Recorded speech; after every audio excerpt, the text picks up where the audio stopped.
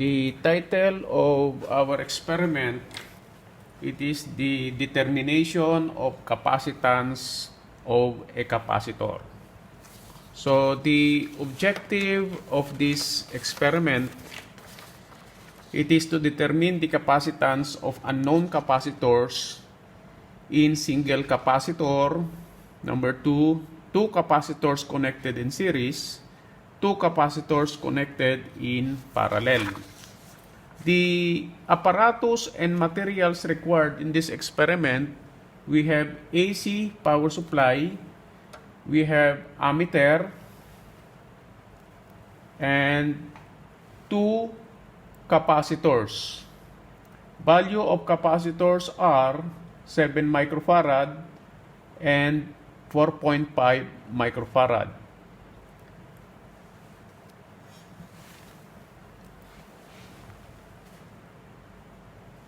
The schematic diagram of this experiment,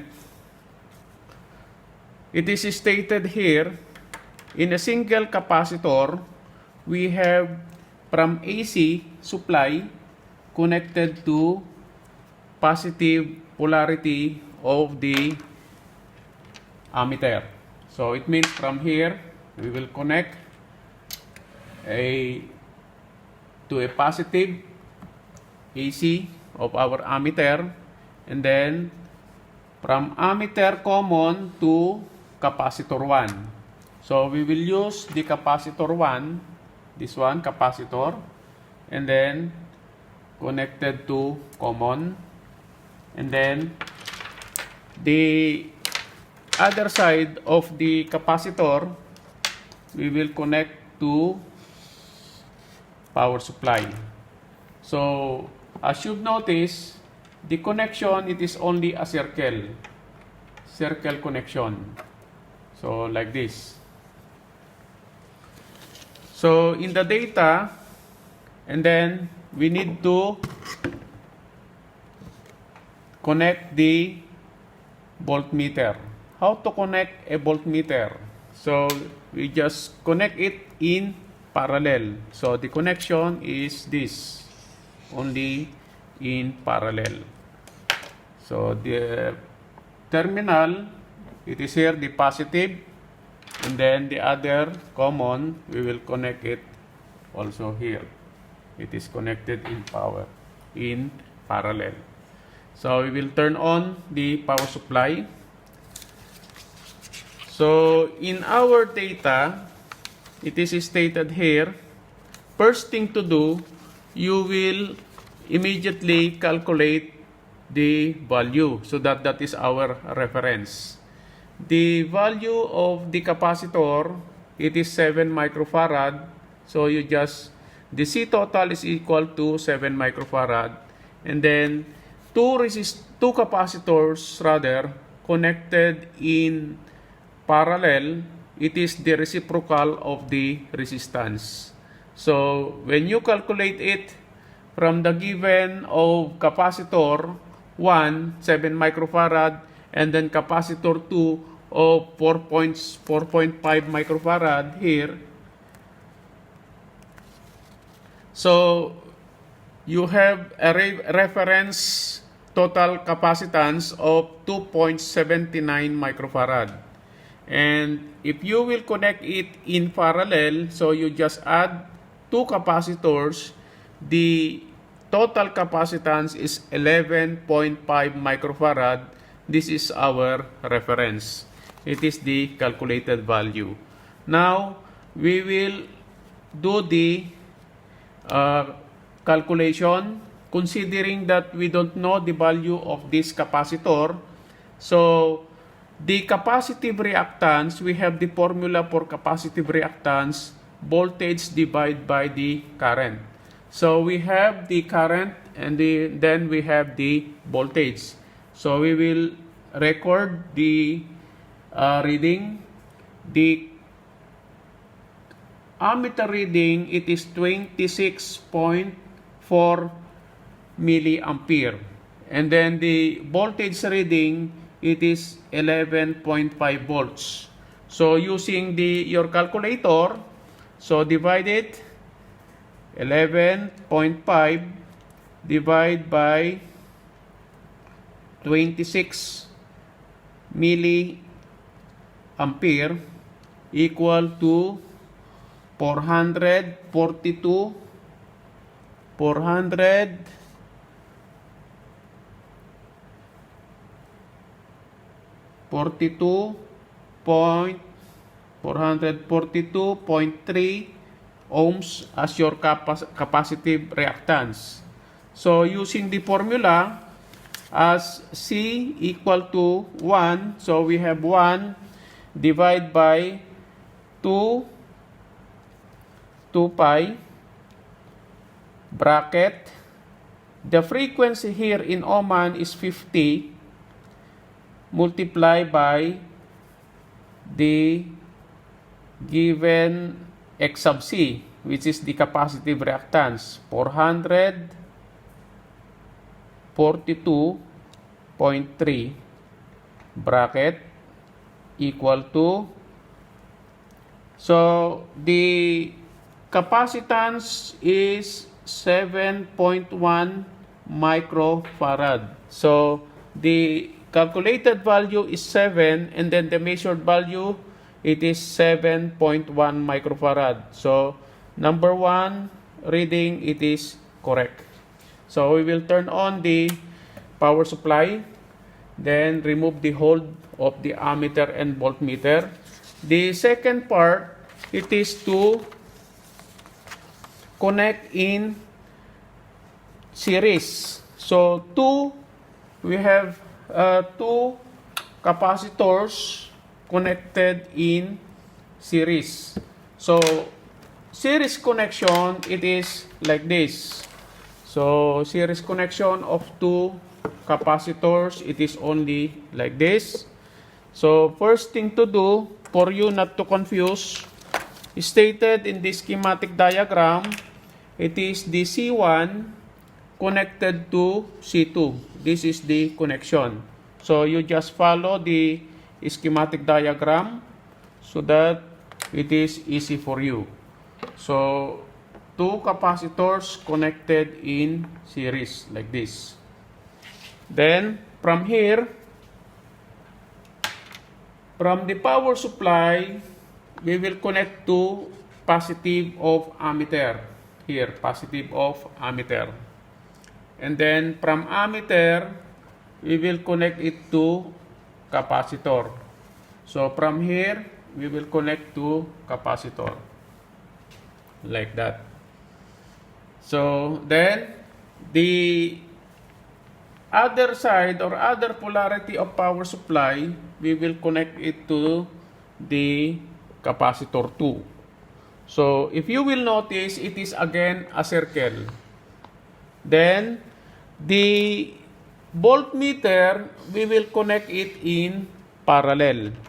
So from here, the voltmeter, we will connect it in parallel. So here, this is the node, and then here also the other node. Then we will turn on the power supply. So if you've noticed, we have now the given current and we have the given voltage. So as our reference, since the two capacitors are connected in parallel, so it is the reciprocal of resistance. So using this formula, our reference is 2.79 millifarad. So we have to get the value. We have the current reading of 10. We have 10 milliampere, and then the other side, it is 11.5 volts. So using the formula again, we have to divide 11.5 divided by 10 equal to 1.15 here, 1.15.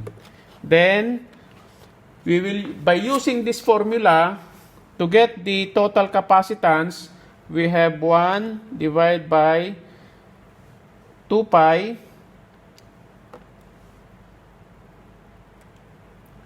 bracket multiplied by the frequency of 50, since the frequency here in Oman is 50, multiplied by 1.5, which is the capacitive reactance, 1.5 bracket equal to, we have the answer of 2.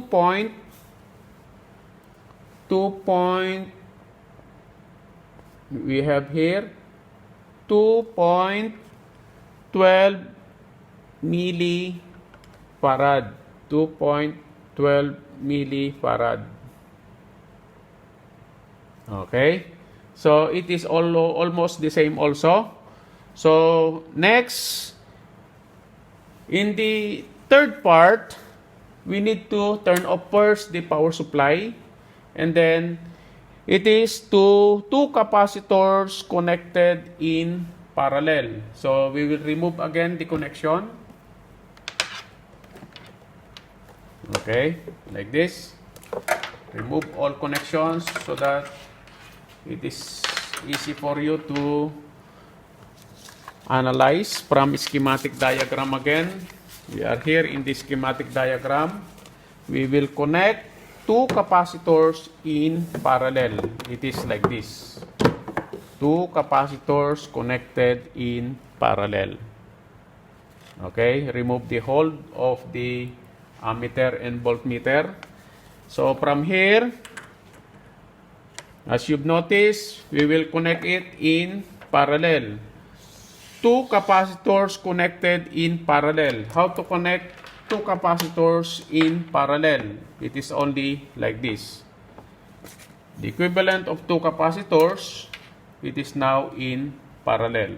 What is the importance of these 2 capacitors connected in parallel? So, in the theory behind these capacitors connected in parallel, considering that 11.5 microfarad is not available in the market, and then the only available is 7 microfarad and 4.5 microfarad, so buy the 2 capacitors and then connect it in parallel. So the problem, so that is now the solution of the problem. You have now the 11.5 microfarad. So then, let us continue. So from the positive of the supply, or the from AC supply, we will connect to positive of ammeter.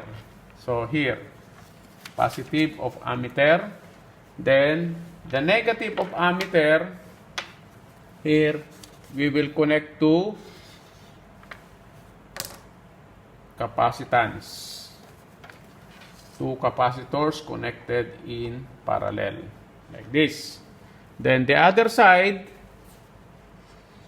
supply to, from supply, we will connect it also to capacitor, like this, capacitor. Then, the voltmeter, as you've noticed, it is connected in parallel. So, to connector, we will connect the voltmeter in parallel. So, parallel also. Always voltmeter connected in parallel. Okay? So, let us turn on the supply. So, there is now a reading for the ammeter and then for voltmeter. So, the reading for for the ammeter, it is 42.7 milliampere, and then in voltage we have 11.4 volts. So it is 42.7 milliampere, then 11.4 volts. So divide the 11.4 the voltage of 11.4 divided by 42.7 times 10 to the negative 3, because it is in milliampere, equal to 200. So the answer is 266.9. 266.9 ohms, our capacitive reactance. Now we will calculate the capacitance as given there. 1 divided by 2 pi multiply by the frequency, which is 50 hertz in Oman, 50 hertz,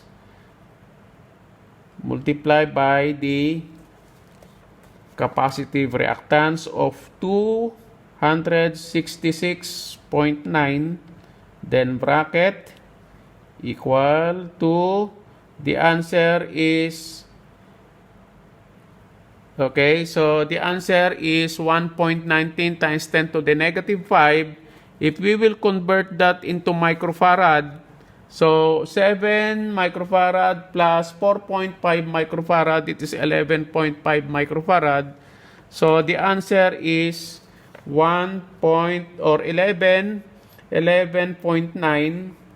11, we have the answer of, if we will convert this into microfarad, it is 11.92. 0.92 microfarad. So, comparing the reading of the measured value to calculated value, the measured value is 7.1 microfarad, and then the calculated value is 7. Then the measured value is 2.12 millifarad, and then the calculated value is 2.79 millifarad. The measured value in the third reading connected in parallel, we have 11.2 microfarad, and then this is the measured value, and then the calculated value is 11.5 microfarad. We can say that the experiment, it is correct because it is approximately the same. So, again, take care and keep safe.